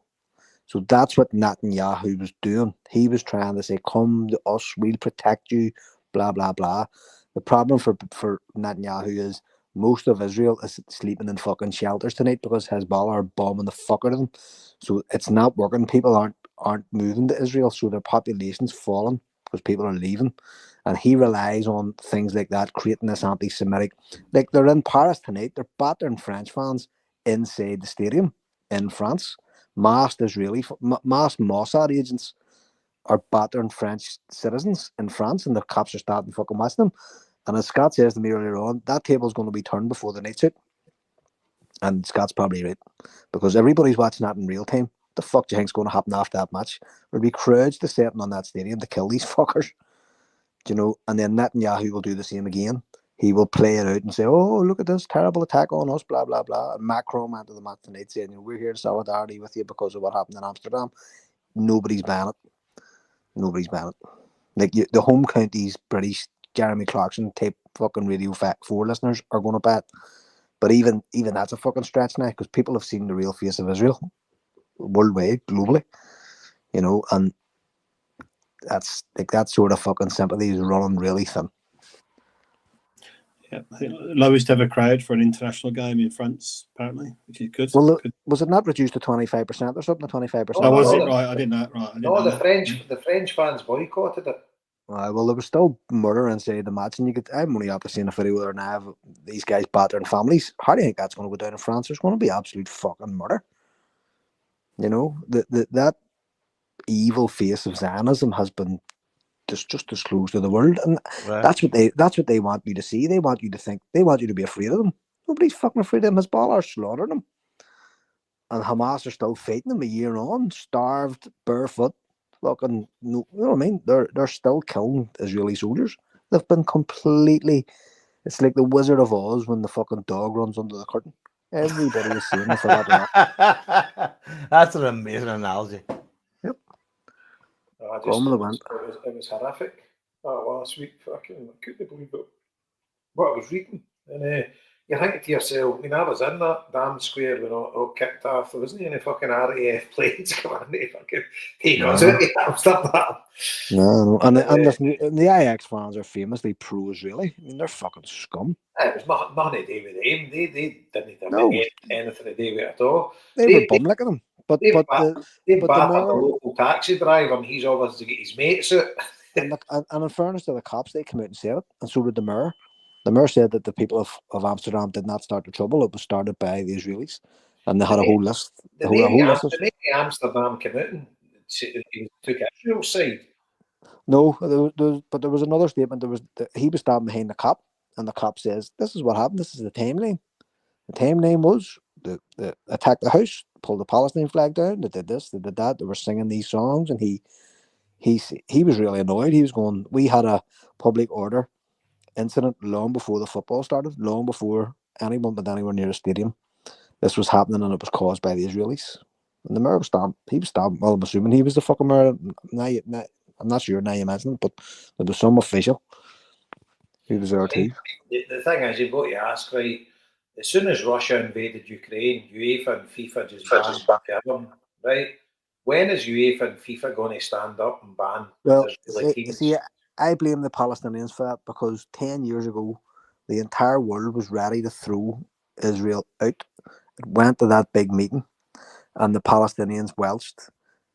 At that time, they had shot a Palestinian goalkeeper through his feet, and that was the incident that they were hanging it on. And every fucking country in the world basically was ready to go. It was only a simple majority needed, and they were going to fuck them out. The Palestinians came to some deal. They must have put pressure on them, and they withdrew at the very last minute, because I was watching it in work, and I was like, what the fuck are they doing? And after that, they changed the rules. So it's now not the body of the floor that deals with an expulsion. It goes to the executive committee, and they decide.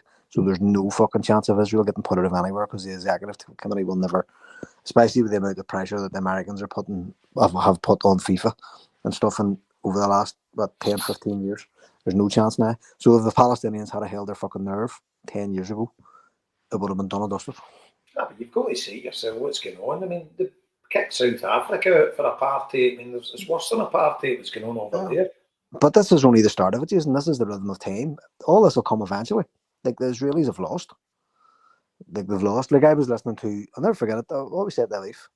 On October the 9th, so 2 days after October the 7th, the former head of the British Army, General Sir Richard Dannett, was on the radio here, and he says Israel are about to make the biggest mistake in their history. They're going to overreact to what Hamas has done. He says they're going to make a huge strategic mistake, and that is exactly what has happened. So Netanyahu is keeping himself in power to stay out of prison. Their economy's in the fucking toilet, and everybody has seen them for what they are. And their army has been shown up to be a fucking bunch of child-killing pussies who can't fight. You know what I mean? Hamas are fighting in an open-air prison, and they've been starved, and they're out fighting in their fucking... Look at Sinwar. When Yahya Sinwar was killed, they released that drone footage thinking it would make him like it was some sort of shameful act. He's become a world icon. He's become like Fidel Castro and fucking Che Guevara and Bobby Sands. Like, that footage is going to be remembered forever as someone who was a resistance fighter. They done his autopsy and found he hadn't eaten 72 hours before he was killed, and they were making that out to be look, he was starving, and they were going, I know, he was fucking starving, and he was on the front line still fighting. What a fucking hero. You know? So everything they've done has rebounded in their faces, and the West will tire of them eventually, because the West has no permanent friends, only has permanent interests. So when the interests turn on Israel's fucked. What's it going to do? Do you know what I mean? Its true face has been seen. I mean, as it still goes on every day, there's another 50 Palestinians killed today, and tomorrow, and the following day. And that's the rhythm of time. That's the calculated risk that the Palestinians have taken, because Israel was getting too cozy, and they were cozying up to the Arab states and banning them off. They can't do that now, because because the populations of the Arab states have seen what they've done, and they see we get this sanitized fucking shitty news here. Go onto your Fire Stick and look at Al Jazeera Arabic and see the footage that they see. They see fucking everything. That region sees it all. You know, so I know, but that's one of the most depressing aspects of this is that we can watch it and still wonder why it's still happening. See, I've got. I don't believe what you're saying is true, Marty. To be honest with you, I know you're coming to a point. Listen, it may not be true. It may turn out to be wrong, but that's the risk they have taken. They have completely destabilized Israel. They've stopped people coming there. They've destroyed their tourism industry. It's gone. It's fucked. Do you know what I mean? They're relying on these right-wing nutcases in America who are going to rip America apart. And a lot of them actually who don't believe, who are racist, who are Nazis, and who don't like fucking Jews. Do you know what I mean? You've all this coming together, and it's going to pop at some stage because the centre can't hold. And the likes of, see the old Zionists like Biden and all, they're all down off. Do you know what I mean? They're all people who came out of World War and you know, thought that the Zionist project was this protection of a poor, beleaguered population. Everybody now just sees this racist fucking state. But, you know. See when it comes to Jews, Marty, right? I should hang out there, right? I couldn't give a fuck what religion anybody is when I meet them. I don't give a single solitary fuck about who your God is, what you think about it, right? If I recognize by who you are and you tell me, totally respectful, no problem whatsoever, right? But that's the difference between Judaism and Zionism. Exactly. And none that's of us kind of the point. None of us have any problems whatsoever. I don't give a fuck. Like, see when I meet different cultures, you're like this, Jason, right? We're all like this, right? On this podcast, when you meet different cultures, my first thing is like, tell me about that. Hey, learn about it. Tell me about that, right? See when I was a bartender in New York, right? See the first proper like Hebrew speaking fucking Jew that I met, right? His name was Joe, right? I know what he did for a living. He was a movie fight coordinator, right? And I said, well, are you the kind of guy I need to have in a fight? And he goes, no, I'm the guy you don't need in a fight. He goes, I know how to miss everybody. but he's the guy that explained Judaism to me. Because it was Christmas time and I met him. I was like, how do you think about Christmas? He goes, I'm a Jew. And I was like, well, I said, I don't really know. I was 21. I was like, I don't know what the fuck. I don't really understand. Like, Christmas? It was Santa? No. He said, no, we don't do fucking Christmas. And he explained it all.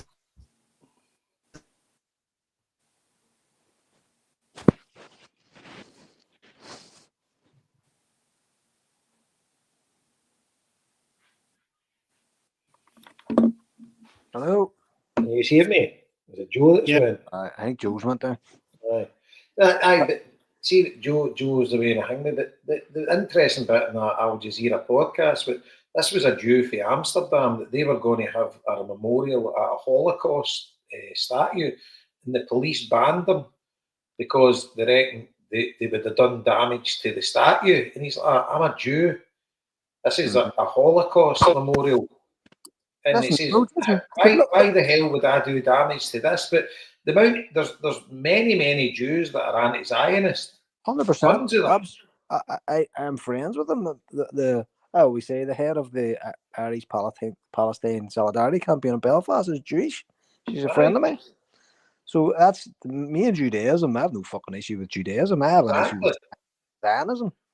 Zionism's an evil political fucking cancer. It's not a religion. It's a disgusting fascist ideology. It's based on the British. No, it's exactly. It's based on ethnic cleansing, and you know, it's not. There's nothing. There's no Zionism. It's like I watched an interview with Bob Marley one time with an English journalist, and the English journalist obviously hadn't got a fucking clue. He must have been sent over just to find out what the fuck are these Rastafarians about. And he started talking about Babylon to Bob Marley, and he was saying about the fruits of Babylon, and Bob Marley stopped him and says, hold on. He says, Babylon has no fruit. And that's Zionism. Zionism has no fruit. There's nothing protective about it. It puts Jewish people in danger because it gives the right-wing fucking nutcases who hate Jews an excuse. Do you know what I mean? That's my issue. That's one of my issues with it. But my issue with Zionism is like, it's not a way of being, it's a way of fucking forcing. It's a political. Zionism is a political movement. It's nothing to do with religion. And Joe Biden said it himself. You don't have to be a Jew to be a Zionist. You're a rape. You fucking don't. In fact, it doesn't fucking help being a Jew. And I remember going to London when we were playing QPR at Loftus Road. And I was staying with my mate Mickey, who lived up in Stoke Newington, and it is absolutely full of Jews. Full of them. They're everywhere. Every corner you turn, there was the Hasidic Jews, with the hats and the curly hair and stuff. And I remember, and fuck, it was a laugh. We were actually the place is called the West Bank in North London, and it was full of Jews. And Mickey was saying, no, and it was just around that time the Intifada. 2001, maybe 2002, and Mickey was saying, see, the last time the Israelis fucking attacked the Palestinians, all them Jews come around the doors with leaflets saying, we don't fucking support this, we're anti-Zionist.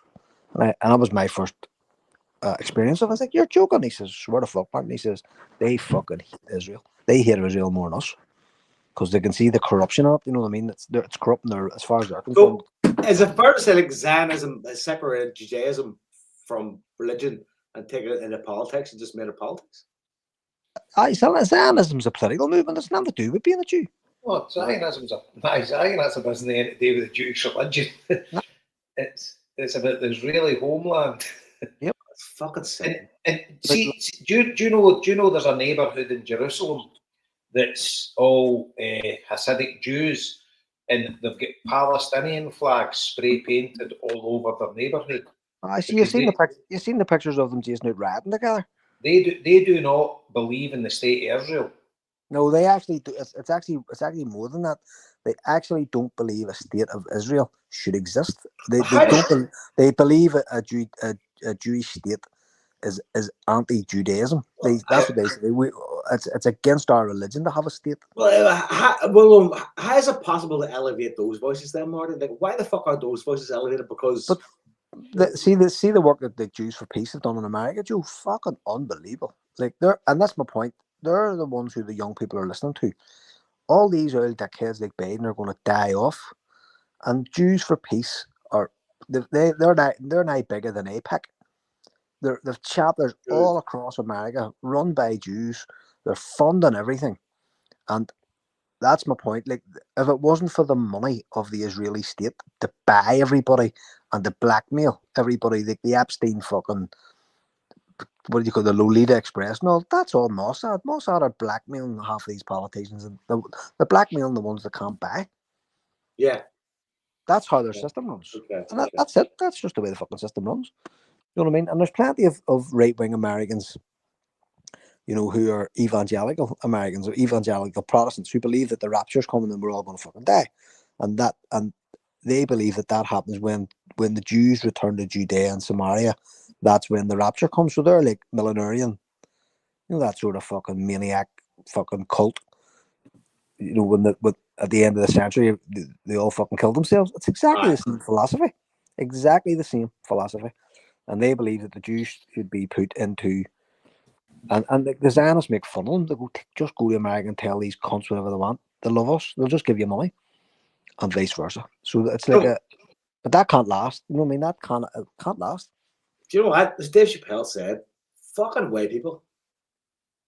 Well, that's, you know what I mean? There's fucking white people. There's plenty of fucking people go around. But anyway, I've got to go because I'm knackered. Right, hang on to the wrap. Fuck. Right, that was quite an eventful experience. Folks, we'll be back. We're back as usual, and let's say goodbye. Enjoyed that. Cheers, guys. We saw nothing. We found out nothing, and we'll come back and see them again. But we're always here.